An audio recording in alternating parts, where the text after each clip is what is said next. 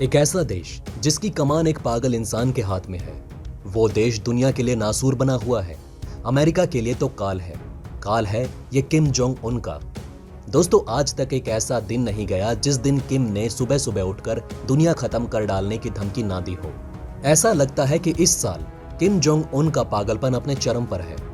दोस्तों, आपको बता दें कि इस साल उत्तर कोरिया 13 हथियारों का परीक्षण कर चुका है। आपको बता दें कि अब की बार उत्तर कोरिया ने अपनी परमाणु क्षमता को मजबूत करने के लिए नई तरह की एक मिसाइल का सफल परीक्षण किया। सरकारी मीडिया ने रविवार को यह जानकारी दी। उत्तर कोरिया ने हाल ही में अपने दिवंगत संस्थापक किम इल सुंग की जयंती मनाई थी, लेकिन इस दौरान अपेक्षित सैन्य परेड नहीं निकाली गई। गौरतलब है कि उत्तर कोरिया अमूमन नवनिर्मित मिसाइलों की विशाल सैन्य परेड के साथ सुंग की जयंती मनाता है। दक्षिण कोरिया अमेरिका पर दबाव बनाने की कोशिश। दोस्तों, उत्तर कोरिया ने इस साल हथियारों के 13वें दौर के तहत इस परीक्षण को ऐसे समय पर किया जब आशंका जताई जा रही थी कि उत्तर कोरिया जल्द ही अपने हथियारों के परीक्षणों को तेज कर सकता है, जिसमें परमाणु परीक्षण भी शामिल हो सकते हैं। उसके इस कदम का मकसद देश के परमाणु शस्त्रागार को विस्तार देना और ठप पड़ी कूटनीति के बीच उसके प्रतिद्वंदियों पर दबाव बढ़ाना था। आधिकारिक कोरियन सेंट्रल न्यूज एजेंसी ने बताया कि उत्तर कोरिया के नेता किम जोंग उन और अन्य वरिष्ठ अधिकारियों ने इस परीक्षण की निगरानी की। एजेंसी ने कहा कि ये परीक्षण देश की सामरिक परमाणु शक्ति के प्रभावी संचालन और लंबी दूरी वाली तोपों की मारक क्षमता को मजबूत करेगा। उसने कहा कि जिस हथियार का परीक्षण किया गया वो लंबी दूरी की सीमावर्ती तोपखाना इकाइयों की मारक क्षमता में सुधार करने, सामरिक परमाणु हथियारों के संचालन की दक्षता बढ़ाने और उनकी मारक क्षमता के विस्तार के लिए बेहद अहम है। सीएनए ने हथियारों के बारे में विस्तार से जानकारी नहीं दी, लेकिन सामरिक परमाणु हथियार शब्दों के इस्तेमाल से संकेत मिलता है कि यह दक्षिण कोरिया में सामरिक रूप से अहम लक्ष्यों तक की मारक क्षमता वाले परमाणु हथियार ले जाने में सक्षम है। सीएनए ने यह भी बताया कि परीक्षण कब और कहां किया गया। वहीं कुछ पर्यवेक्षकों ने अटकलें लगाई कि रविवार को जिस हथियार का परीक्षण किया गया वो परमाणु हथियार ले जाने में सक्षम उत्तर कोरिया के KN-23 मिसाइल का एक छोटा हल्का संस्करण है। उत्तर कोरिया 2022 में अब तक 13 हथियारों का परीक्षण कर चुका है। ऐसे में आशंका जताई जा रही है कि आने वाले दिनों में उत्तर कोरिया जल्द ही अपने हथियारों के साथ परमाणु बम का भी परीक्षण कर सकता है। इन परीक्षणों का मकसद उत्तर कोरिया के परमाणु शस्त्रागार को मजबूत करना और ठप पड़ी कूटनीतिक बातचीत में विरोधी देशों पर दबाव बनाना है। उत्तर कोरिया की आधिकारिक media Korean central news agency ने कहा कि किम जोंग उन ने इस परीक्षण की निगरानी की। एजेंसी ने कहा कि यह परीक्षण देश की सामरिक परमाणु शक्ति के प्रभावी संचालन और लंबी दूरी वाली तोपों की मारक क्षमता को मजबूत करेगा। विशेषज्ञों के मुताबिक मिसाइल परीक्षणों में इतनी तेजी लाना उत्तर कोरिया की बाइडेन प्रशासन पर दबाव बनाने की कोशिश हो सकती है। वो लंबे समय से बातचीत की प्रक्रिया दोबारा शुरू करवाना चाहता है ताकि उसे आर्थिक प्रतिबंधों से राहत मिल सके। उत्तर कोरिया के परमाणु हथियार कार्यक्रम के चलते पश्चिमी देशों ने उत्तर कोरिया पर आर्थिक प्रतिबंध लगाए हुए हैं। इन प्रतिबंधों और उत्तर कोरिया शासन की दशकों से चली आ रही अव्यवस्था के चलते देश की अर्थव्यवस्था पहले से ही खराब है। कोरोना महामारी ने हालात और भी बिगाड़ दिए हैं। क्या बातचीत के लिए दबाव बना रहे हैं किम जोंग उन? दोस्तों, पिछले हफ्ते उत्तर कोरिया ने परमाणु विस्फोटकों और लंबी दूरी की मिसाइलों का परीक्षण दोबारा शुरू करने की चेतावनी दी थी। उसने कहा था कि वो अमेरिका को निशाना बनाएगा। 2018 में अमेरिका के साथ कूटनीतिक स्तर पर संपर्क शुरू करने के बाद किम जोंग उन ने लंबी दूरी की मिसाइलों का परीक्षण स्थगित कर दिया था।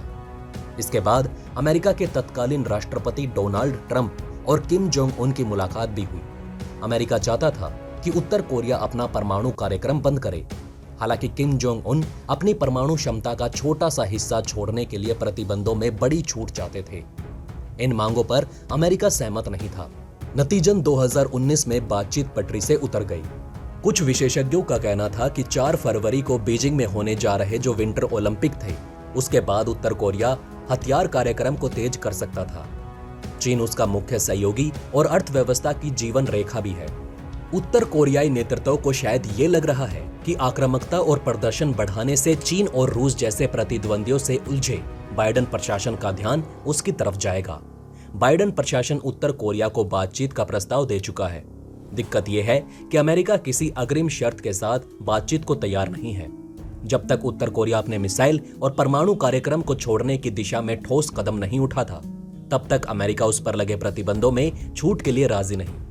उत्तर कोरिया को अपना हथियार कार्यक्रम अपने अस्तित्व की सबसे मजबूत गारंटी लगती है। जो बाइडेन का ध्यान फिलहाल दूसरे मुद्दों पर ज्यादा है। दोस्तों, 27 जनवरी को किए गए परीक्षण से 2 दिन पहले ही दक्षिण कोरियाई सेना ने आशंका जताई थी कि उत्तर कोरिया ने एक अज्ञात ठिकाने पर 2 क्रूज मिसाइलों का परीक्षण किया। 2022 में नॉर्थ कोरिया ने सबसे पहले 2 कथित हाइपरसोनिक मिसाइलों का परीक्षण किया था। इसके बाद उत्तर कोरिया ने 2 अलग अलग तरह की छोटी दूरी वाली बैलिस्टिक मिसाइलों के परीक्षण का दावा किया। उत्तर कोरिया का कहना है कि 2019 के बाद ये मिसाइलें बनाई गई जो कि कम ऊंचाई पर उड़ सकती हैं। विशेषज्ञों का कहना है कि इन मिसाइलों के मिसाइल डिफेंस सिस्टम से बचकर निकलने का जोखिम है। सोल के ईवा यूनिवर्सिटी के प्रोफेसर लीफ एरिक इजेले बताते हैं, आर्थिक प्रतिबंध और सख्त करने की कोशिशों के बावजूद इस महीने उत्तर कोरिया के परीक्षणों पर वाशिंगटन की प्रतिक्रिया 2017 जैसी नहीं है। 2017 में उत्तर कोरिया ने परमाणु और आईसीबीएम परीक्षणों पर काफी आक्रामकता दिखाई थी।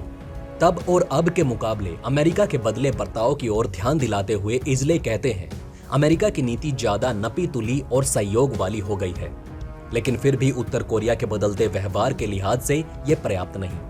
बाइडेन प्रशासन के पास उत्तर कोरिया से अलग कई प्राथमिकताएं हैं। घरेलू मोर्चे पर महामारी के असर से उभरने की कोशिश के अलावा यूक्रेन मुद्दा, ईरान का परमाणु कार्यक्रम और चीन उनकी प्रमुख चिंताएं हैं।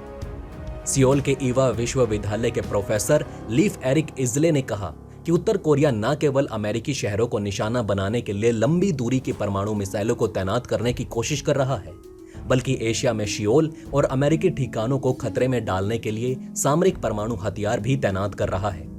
प्योंगयांग के उद्देश्यों की संभावना दूसरे देशों के हमले से रक्षा करने और अपने शासन में अस्तित्व से अधिक है। जिस तरह रूस इस डर का इस्तेमाल करता है कि वो सामरिक परमाणु हथियारों का इस्तेमाल कर सकता है, वैसे ही उत्तर कोरिया भी अपने विरोधियों को दबाने, उन्हें बातचीत के लिए मजबूर करने और कूटनीतिक समझौता करने के लिए इनका इस्तेमाल कर रहा है। 110 किलोमीटर दूरी तक मैक 4 की स्पीड से उड़ी मिसाइल।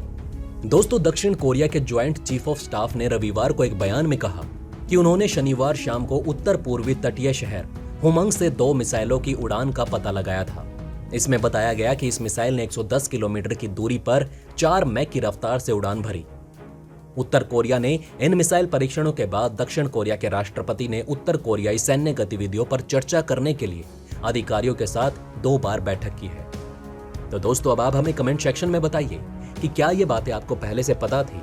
अगर नहीं तो इनमें से कौन सी बात आपको सबसे ज्यादा इंटरेस्टिंग लगी? और हाँ, कमेंट बॉक्स में जय हिंद लिखना ना भूलिएगा। तो दोस्तों, हमारे इस वीडियो में हमने आपको बहुत सी बातें बताने की कोशिश की। अगर आपको हमारी ये कोशिश अच्छी लगी हो तो प्लीज लाइक करें इस वीडियो को और इसी तरह की और जानकारी पाने के लिए सब्सक्राइब करें हमारे चैनल को। जितना हो सके इस वीडियो को शेयर करना ना भूलें। धन्यवाद दोस्तों, हम फिर मिलेंगे एक और इंटरेस्टिंग टॉपिक के साथ।